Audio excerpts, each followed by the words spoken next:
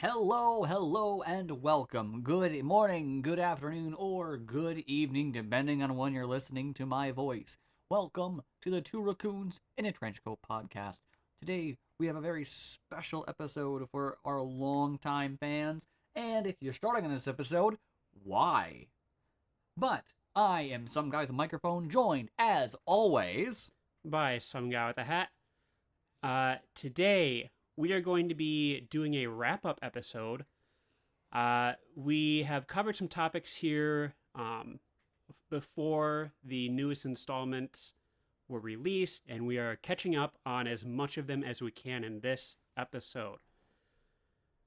We don't have trivia, nothing like that. At least I don't think we have trivia planned for this episode. I don't have any. Okay, good. I guess we will. Well, let's take a moment for a returning segment that we've done once. Hey, some guy with a mic. How you doing? Hi. You know what? I'm doing pretty good.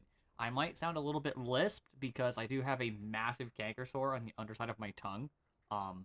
But aside from that, I'm doing pretty good. How are you doing, some guy with a hat? Funny you should mention a physical ailment. My leg is killing me. So every now and then, my leg acts up for when I was launched out of a tree like 6 or 7 years ago. And today, actually for the past, starting about an hour ago, it decided that it wants to be one of those days. So. That's fun. Yeah, we're having a great time here in the studio. You threatened to harm me physically before the recording session started. I did. Yep. I didn't threaten anything, I promised. Oh, my bad. Oh, the cat is here. Alright, he's just chilling out. Alright, cool. All right, I think we can just jump right into it. Yeah. All right. First up, Fantastic Four. I didn't see it. Neither did I. You want to know why I didn't see it? Why didn't you see it? So you give your reason, I'll give my reason. I think it was towards the end of its run in theaters, and it was surprisingly a long run. And we were like, yeah, like we can probably fit it in to go see it, and then it just never worked out. And then we've been planning to do this wrap up episode for almost a month now. But every time it's like, oh, well, we haven't seen Fantastic Four yet. Let's wait for it to be on streaming. It never came out on streaming. It came out on physical a while ago, surprisingly, because it's a Disney product and they aren't putting a whole ton of care into their physical media releases.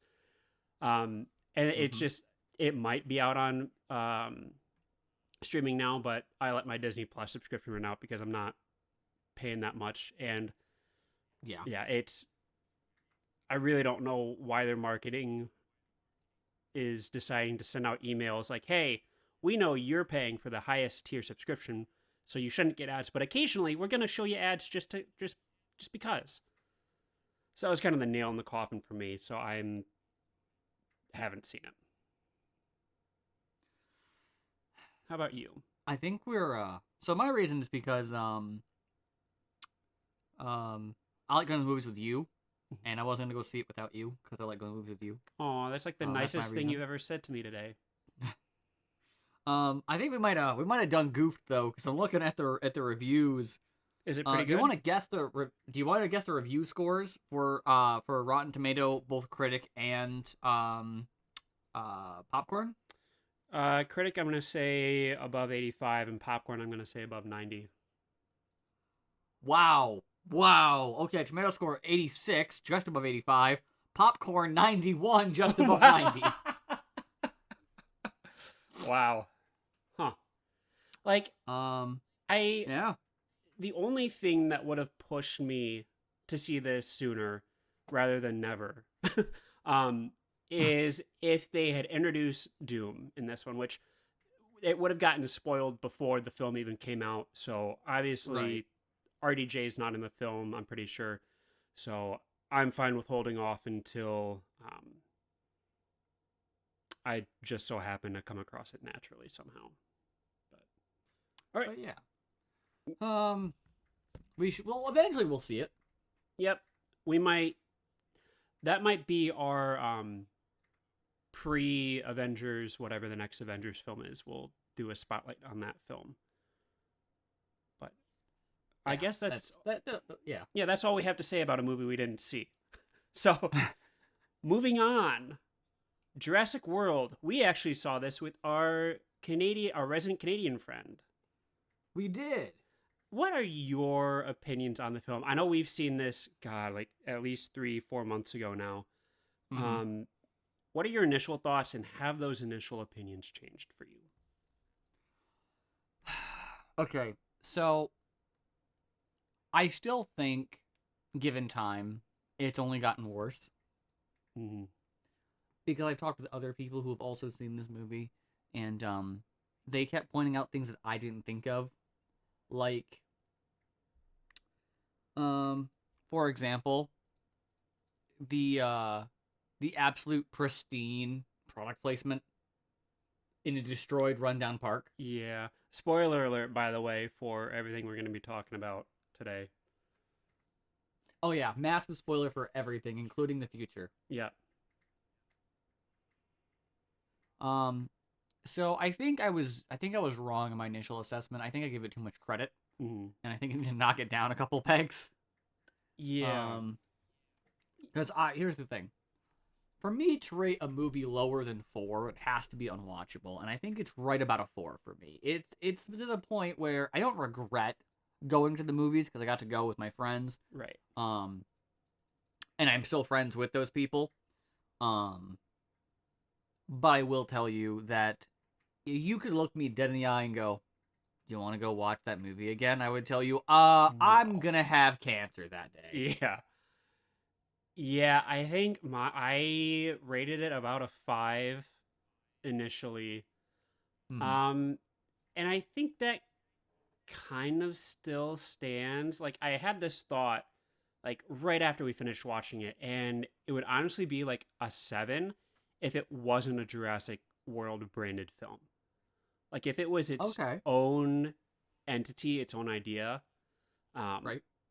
plot and everything stays the same, characters stay the same, but just disconnect it from the Jurassic Park universe, I think it would have elevated it Hmm. a little bit. Just because you're not automatically comparing it to what's come before. Obviously, it's a Hmm. dinosaur movie. You're still going to compare it to Jurassic Park, but viewing it for its own merits and not like, well, this is a direct comparison. Um, it could have been a bit better, but with it being in that universe, there are expectations, and it just falls flat on the characters. Like the characters do feel a bit stiff. And sorry, hold on, I'm getting a call. Oh. Hello, Spinosaurus from Jurassic Park 3. Yeah, Oh my god. yeah, I It's a do agree bit. with you. Yeah, that probably is a better film than Jurassic Park Rebirth. You're right. Well, you're What is this interrupting the bit? podcast, so I'm gonna have to let you go. Sorry, what? Sorry, I got a weird phone call in the middle of that. Yeah. You Yeah. you probably didn't hear the ringtone, did you? I did. Okay. All right. It just fell flat. Fuck I. me. Okay. You know, I curated this one. I've been planning this bit for 4 months now cuz you said you love Jurassic Park 3, and it just my entire plans have okay. Thank you. Mm-hmm. I want to cut it, but it's staying in cuz it has to. It's staying in. Yeah. I don't know. Maybe you can bribe the editor to make it stay in, because I might bribe him to take it out. But getting back, yeah, the characters seemed really flat and overplayed. Just really weird choices.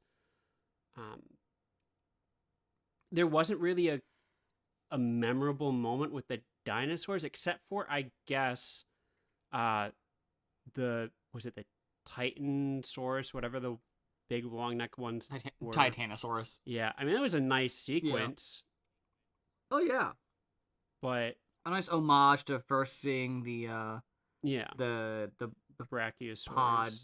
Yeah, the long necks. Yeah, but yeah, I mean, wasn't scary. Mm-mm. They literally just plopped in a Rancor from Star Wars as the big villain. Like, okay, Yeah. I mean, honestly, a Rancor would have been better. Yeah, the more I'm thinking about this, if I think about this any longer, I might bump it down to a 4, honestly. Like cuz like I don't want to watch it again. No. I maybe give it 10 years and I'll be like, "Oh yeah, I don't really remember too much. I'll give it another watch." And then afterwards I'm like, "Yeah, I don't need to watch this for another 25 years." Literally, though. Any But more what's next on our list? uh any more thoughts on Jurassic Park from No. you? Yeah, Nope. Because I'm not giving it any more of my RAM. that is perfectly reasonable.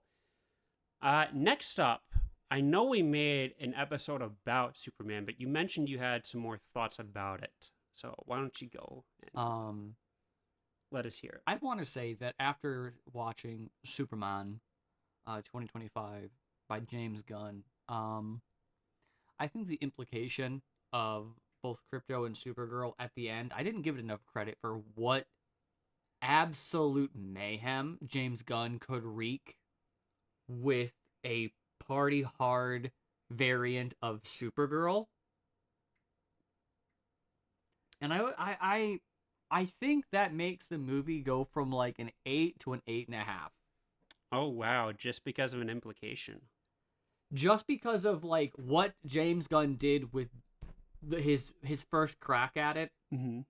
Also, the casting Yeah. was better than I gave it credit for.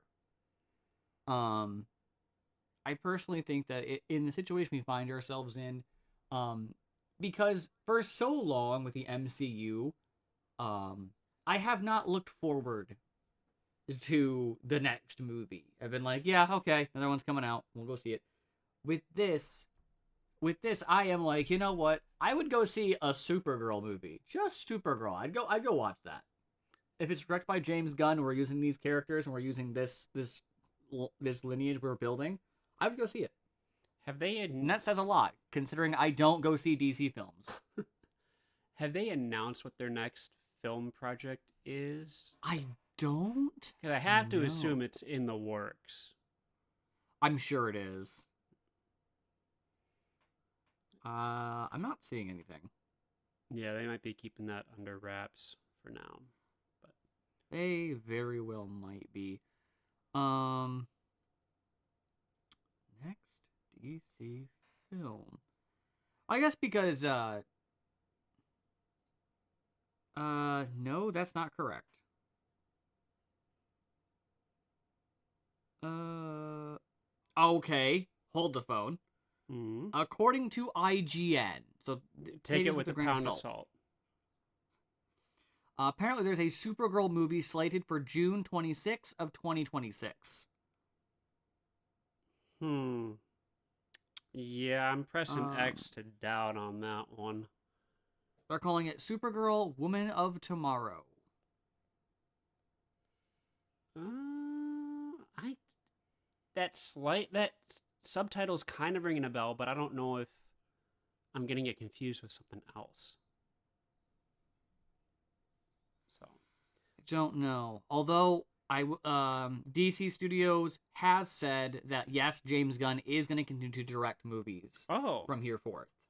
So okay. that we can verify because DC Studios themselves put that out. That is their press release. That James Gunn is sticking with the studio, so we will see more work from James Gunn. Yeah, I would have thought that he would direct this first one to set the stage and then take like a back seat on the actual directing and Mm-hmm. put more of his focus on the overall like planning of it all. But Mm-hmm. that's good Mm-hmm. that he's still going to be directing stuff. I'm excited for that. Moving on, I'm going to touch on Borderlands for a minute. Mm-hmm. Mm-hmm. I Borderland. got some stuff to add. Oh, on Borderlands or on? Yeah, I've replayed through Tiny Tina's Wonderland recently. Okay, okay. Why don't you? That'll be a good juxtaposition. Why don't you, uh, say what you have to say about Tiny Tina's? So I actually was gifted Tiny Tina's Wonderland by a very close friend of mine. He and I do a podcast together, and I played it when I first got it because it was a gift, and I was very excited for it. It was a wonderful game then. Given time and kind of like going back to Tiny Tina's, Um, Borderlands, I always forget that every run is incredibly unique simply because of how many weapon combinations and weapons you can actually have. Mm-hmm.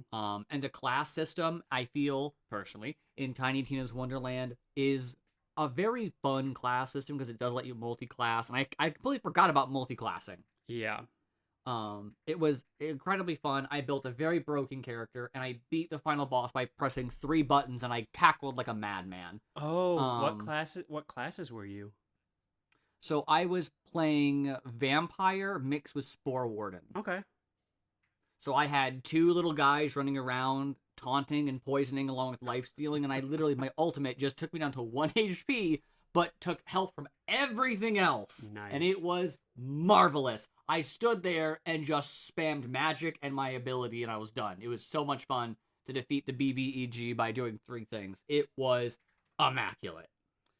10 out of 10, no fucking notes. I had such a good time that I did another run playing a fully melee build because why Ooh. not? And that was also really fun. Wasn't as powerful, but I could not die. I do not know physically how I could die. Yeah, the campaign playthrough is really fun. But for fans of the Borderlands games, a lot of the fun that comes out of that is the end game. And Mm-hmm. unfortunately, the end game is where Wonderlands fails. I don't know if you put any significant amount of time into the end game activities, but it's pretty Oh yeah, like much, the dungeon portals and all that. yeah, Yeah, it's one it's quite activity. lackluster. It's one activity that you have to play through. Let's see, it's 50, at least 50 times to hit max difficulty, which is insane. And then all the Yeah, DLCs is just reskinned dungeons. It, yeah, it no. And that leads into one of my worries about Borderlands 4. Similarly to Wonderlands, the campaign playthrough was pretty good. The story was a massive improvement from 3. The gameplay throughout, I mean, there are a lot of quality of life improvements that I think still need to be made. Um, for me, playing through the game, the mini map was severely missed because the only form of navigation, you have your map in your menu, and you can mm-hmm. ping things and have trackers to the next Objective. Yep. objective, and you can press your up arrow on your d-pad, and that'll give you like a path that shows up in gameplay, but that goes away after like 10-15 seconds. But that ping is on a cooldown, so I Mm-hmm. was constantly going back and forth from the menu into the game, from the menu into the game, just to try and figure out where I was going. Mm-hmm. They kind of fixed a little bit of that in a recent update where they I don't know if they took away the cooldown timer, but the ping stays up a lot longer. So they're at least aware of it and they're working on it. Playing through the game, I chose to play as Harlow because from my initial understanding, I thought her inherent skill was like damage sharing across a whole ton of enemies. And while Mm-hmm. it's very minuscule, and it was really hard to notice. Mm. So I was pretty disappointed um, playing through the game. I never really felt overpowered, which is fair.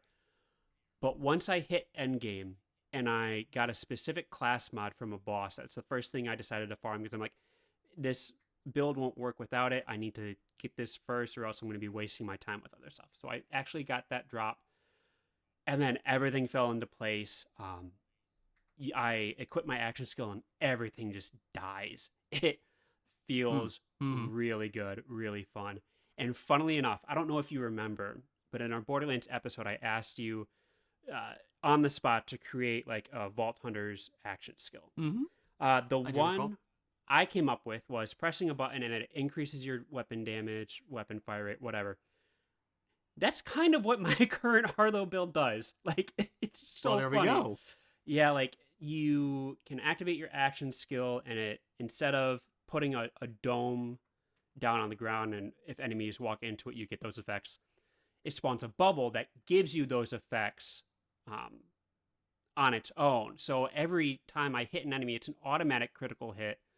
I can re-trigger that for an increased 25% base damage to everything, and I can re-trigger it multiple times. The only drawback is it decreases your action skill uptime by 25% every time you do it. But there are other skills in the tree where, like, if you're hitting an enemy or killing an enemy, you get action skill duration back.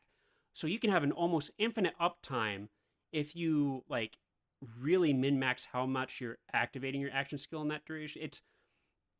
It's a really fun build, and I'm actually looking forward to trying out other characters next, because it's endgame power level, I think, is in a really great spot.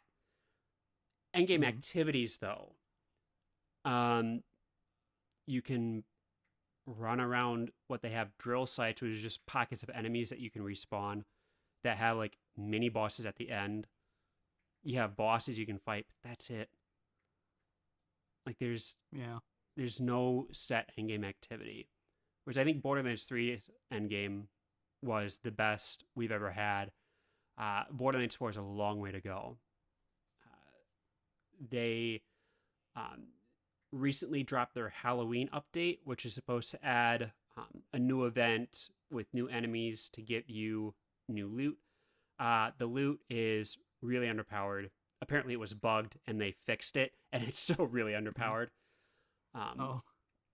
And all the event is throughout the regular game of Borderlands 4, you have, like, a dome that appears, like a bubble in the world, that spawns a random high-level enemy, and you kill it for a chance of bonus loot. It's the same thing, except once you go into the bubble, the sky gets orange and it rains blood. And then after you kill that enemy, you get a chance in the mail system to receive that one of those event-specific loot items. Comparing this to Borderlands 3 Halloween event, you had an entire new map segment that you could travel to, a whole gauntlet to go through. It was really great, excellent theming. This just seems like a total afterthought. So I know Gearbox has gotten a lot of complaints about it. I hope going forward they'll reevaluate, but I'm worried because I'm not sure how set in stone their post-launch time frame is. But right. I know I said I only had a couple things to say about it, but I'm pretty sure that's one of the longest segments that we've had in this in this episode. But it was fast. You had them, like, on lock. Okay. All right. The next thing I have to talk about is Tron. Is there anything you want to touch on before we get to this? Because I feel like Tron's going to be our biggest talking point here. Oh boy, where do we begin with Tron? I'm going to say, as I was watching the film, I was enjoying it. I was smiling because I'm like, yeah, this is Tron. I can see some of the influences Legacy had here, and it's pulling influence from the original as well. I'm having a good time in the action sequences up until the end, because I'm like, oh yeah, this is cool-ish. I can see where it's going to get better in a second when they, like, really make it punch. Mm-hmm. And then it never did. So, like, I got enjoyment out of it for the first watch because I was anticipating it to be better. Right. And it rarely ever paid off. I think there's one point that you and I, after the film ended, were like, that's a really great piece of choreography. That was cool. Mm-hmm. But overall, I'm really struggling to decide how I feel about it still. And we saw this opening night. Yep. To a massive crowd of 7. Yeah. That's not an exaggeration. Actually, it might be an exaggeration by like 1 or 2. Because, like, I know there were 3 people in front of us, 2 more people in front of us, and maybe 1 behind. I think maybe. Yeah. Which I counted 7 when I was looking around, but that did not count us. So I guess 9. Yeah, we saw this in IMAX 3D. And what are your opinions on the 3D? It made my eyes itch, Oh. which is, and here's the thing, I'm used to like 3D stuff. I don't have like a problem with it or anything. Um, it's just like certain scenes, not the whole time, but like certain scenes made my eyes itchy, which I don't know what that's about. I think it was my body's autoimmune system trying to shut down my eyes so I could stop watching Jared Leto act so terribly. Um, but I think the 3D, it felt okay. This is gonna be a low smack to the nuts. But do you remember Spy Kids 3D Game Over? Yes. I think that's the only Spy Kids film I've ever seen. So that was a third movie. Mm-hmm. There's so much in that movie that it strongly relies on 3D because a lot of films, at least now, like there's two edits. One to be played in 3D and one to be played in 2D, right? Mm-hmm. Spy Kids didn't do that. They were like 3D or bust. Um so like there'd be like a lot of like scenes where it just doesn't make any sense if you don't have any 3D glasses on. And I feel like I was watching Spy Kids 4. Was there a fourth one? No, there isn't. This is it. Okay. I'm pretty sure Tron Ares Okay. is Spy Kids 4. Yeah, Like the whole time I was just like, why does it feel like I'm watching a Spy Kids movie? Like- it has the same terrible like line delivery for jokes. It has the same very bland characters. The only difference is instead of having Elijah Wood be the guy, we had Jared Leto be the guy, who also nobody liked. yeah, like the 3D. At least Elijah Wood, Yeah. as the guy, died a couple minutes in. Yeah, the I don't 3D know. never felt like gimmicky, but it really never felt impactful outside of the opening credit sequence. The opening credits sequence was pretty dope. Like, I'll get back to like the content in it, but the actual 3D throughout the film, like you can tell there's more depth there. Like the characters felt more in the foreground, separated from the background, but that's about it. Um, Getting into like the story, I don't know, because there were great plans set up in Legacy that they really either heavily reworked or just went away from. Because like I wasn't expecting Sam and Cora to be in the film or like a main plot point. But I would have expected there to be a bit more references. I think there are only two, one in the very beginning and one at the very end. And it's also confusing with continuity to Legacy. It almost feels like they're treating each installment as a different thing. There are continuities, ties to original and to Legacy. But even with like Dillinger, who's Evan Peters, is that his name? The bad guy in the film. So Yeah. I have a question. I have something to ask you. Remind me to ask you a question about the callbacks to other movies when you're done with this bit. Okay. Evan Peters is Dillinger's grandson. Dillinger was the bad guy in the first Tron, and his son was in Legacy. He was Cillian Murphy's uncredited role in Legacy. He was in the beginning for all of 2 minutes, but they were setting that up to be him to be the villain of the next film.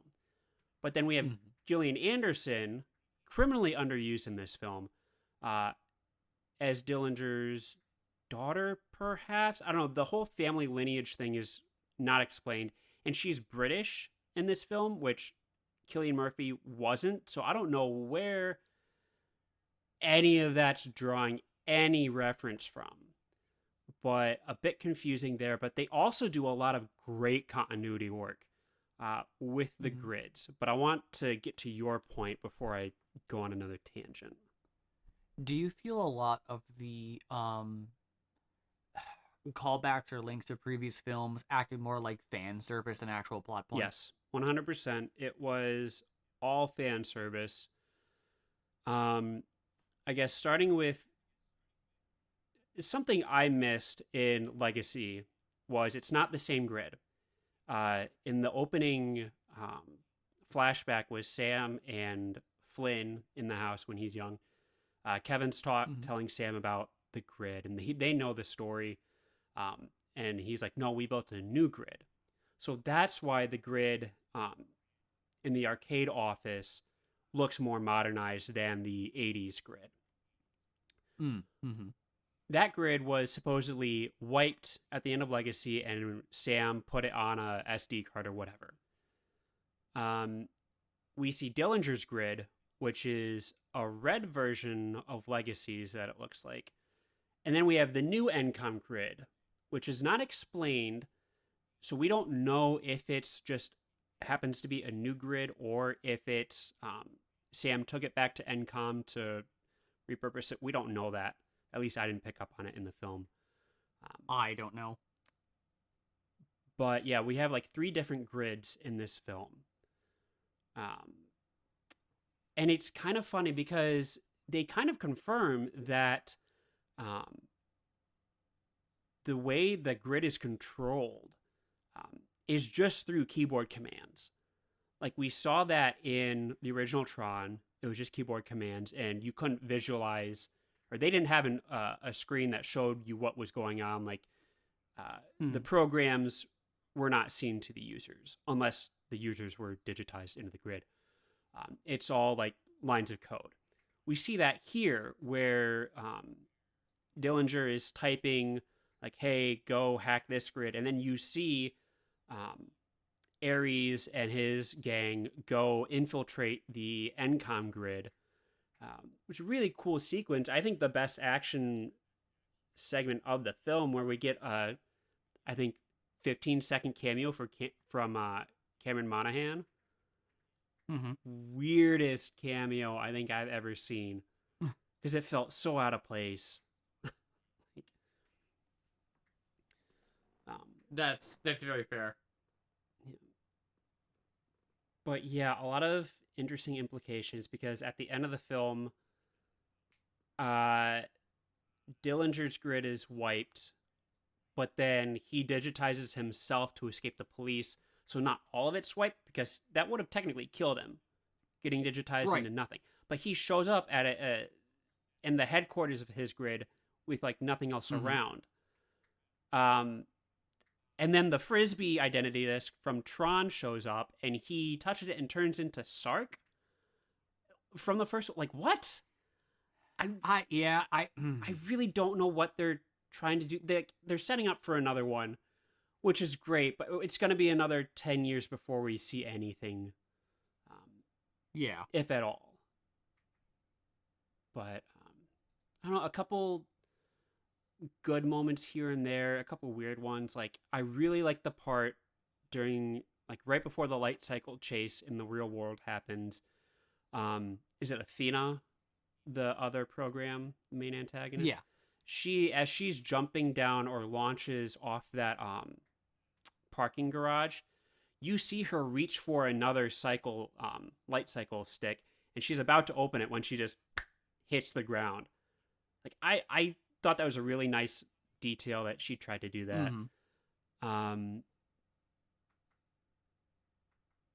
Like the 80s grid when Ares goes into there, I liked how it still had the damage from that film in there, and the bit thing pops up, leads him through it. I thought it was nice attention to detail. And something cool that I don't know if they replicated this look in post or if they actually filmed it this way, but the original Tron, everything on the grid was filmed in black and white. And then they went back in post and color graded everything that way.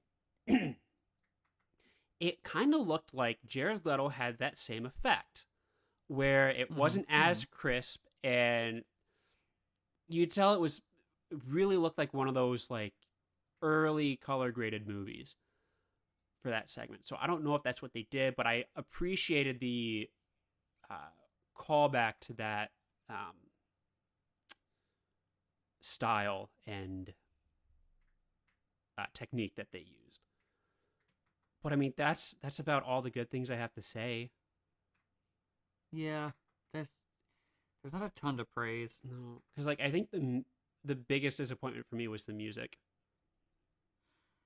I was hoping for some new like Nine Inch Nails like singles. I was hoping for some like real good, just even good chase music would have been good. But Yeah, honestly, it all kind of felt phoned in. Like, oh, we need to have music here.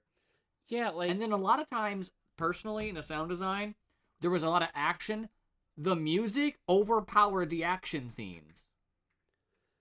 yeah, yeah, like the music to me, it didn't have its own identity. Like the only thing I can remember from the score is the notes, and the only callback to Daft Punk's score is they had a little bit of end of line in the main theme. That's the only thing I remember from Nine Inch Nails soundtrack. Like I was listening to it the entire time, and I'm like, we're getting there, but it never punches as hard as it needed to. It ultimately it was pretty disappointing to me. Yeah, it fell short of the goal. Although we are fortunate to learn because we have inside contacts that Tron Ares was simply just an advertisement for the Tron ride. We Not know that now. not even the Tron ride, the Tron re-theme.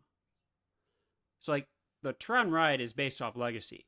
They rethemed Right. it temporarily for them to coincide with each other. The film Ares and the ride themed as Ares. Yeah. Only like, God, how many people are in that chat? 6? Only 6 people are going to get that reference. That's fine. How do you feel about Jared Leto? In this film specifically, not in his outside life. Was this just like a recruitment drive for his cult? Possibly.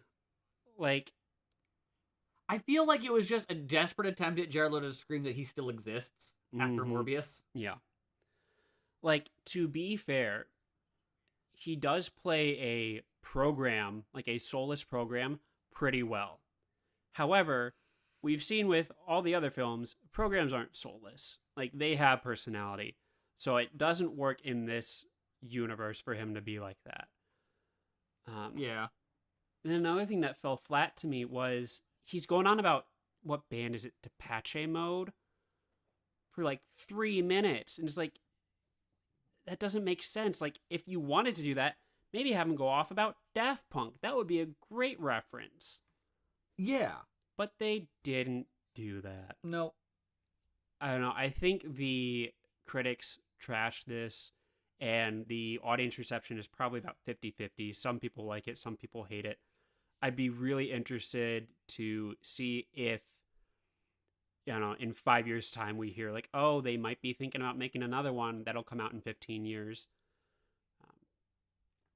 But unfortunately, I'm doubtful because they set up something really interesting. Like, I don't know. I really want to know what they were thinking with Dillinger at the end. What Jared Leto is going to do when he tries to find Sam and Cora. Like, it felt like this was an unfortunate necessity to set up a better movie, but this movie should have been good on its own without having those teasers. I agree.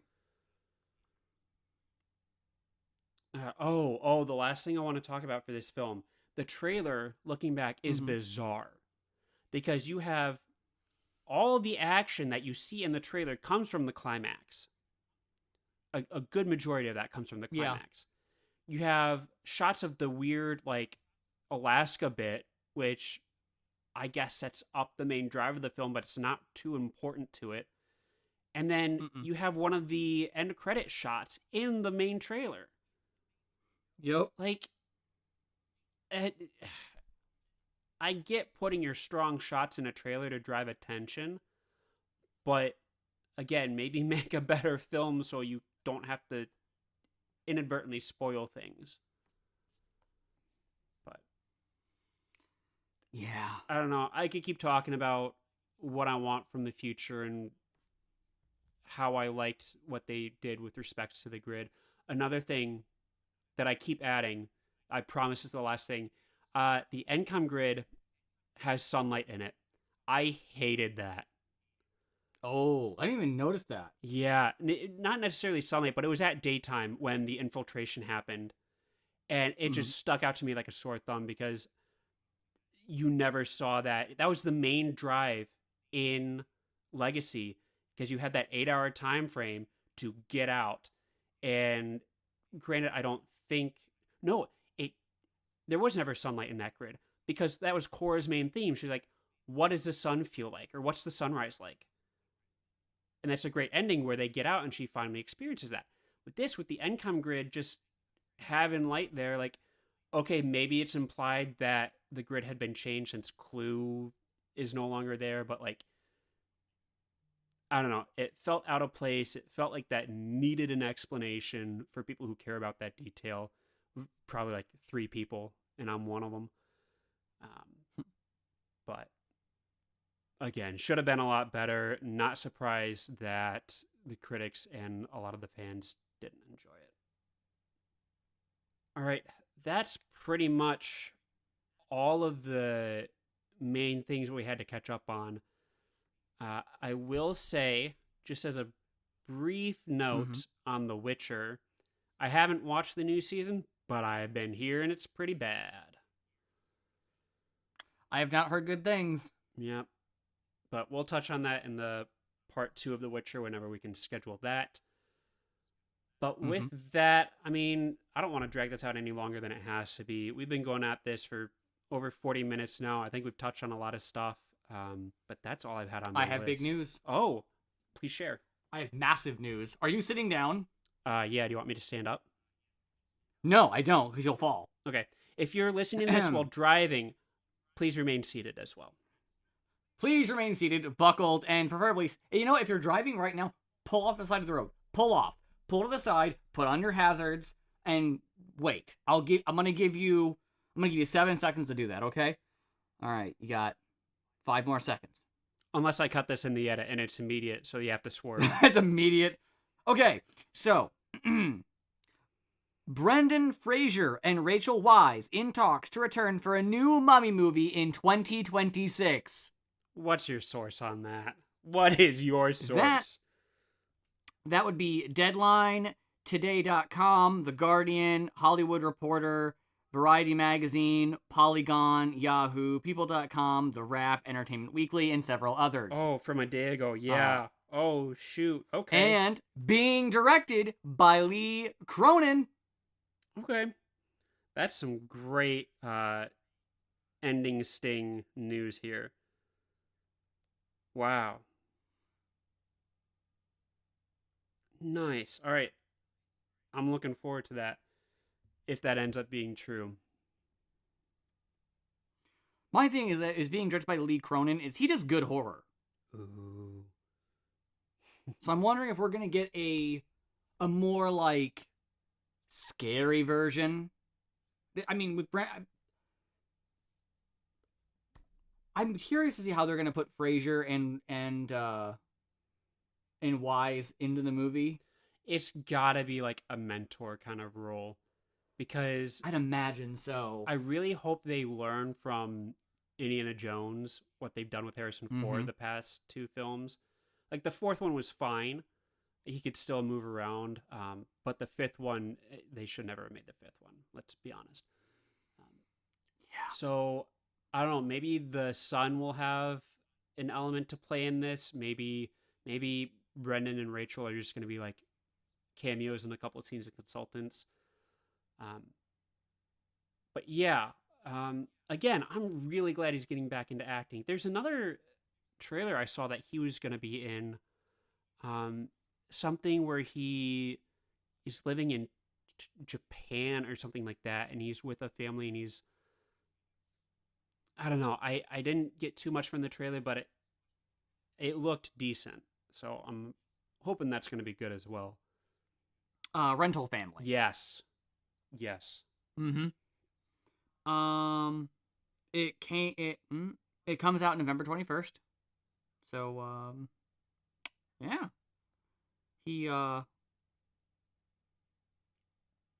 I'll go see it. I would consider seeing that as well.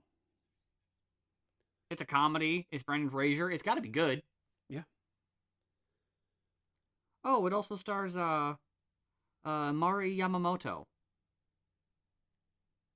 I don't recognize the name offhand. You don't need to. Okay.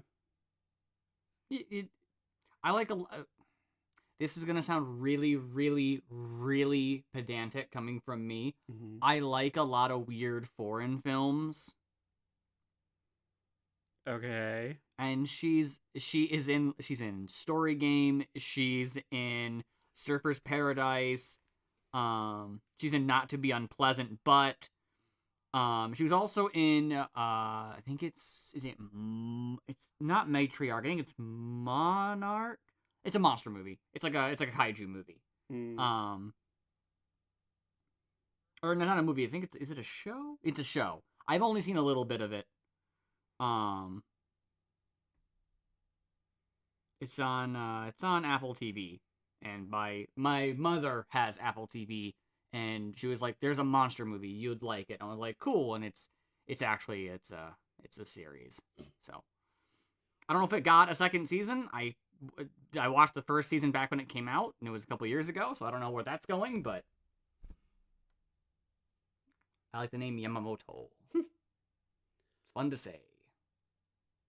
Yeah, like parts of the trailers seemed like it could be like an Oscar bait kind of film, but other parts like no, it's also not taking itself that seriously. So I'm curious. But you really can't have Brendan Fraser in a movie that takes itself too seriously.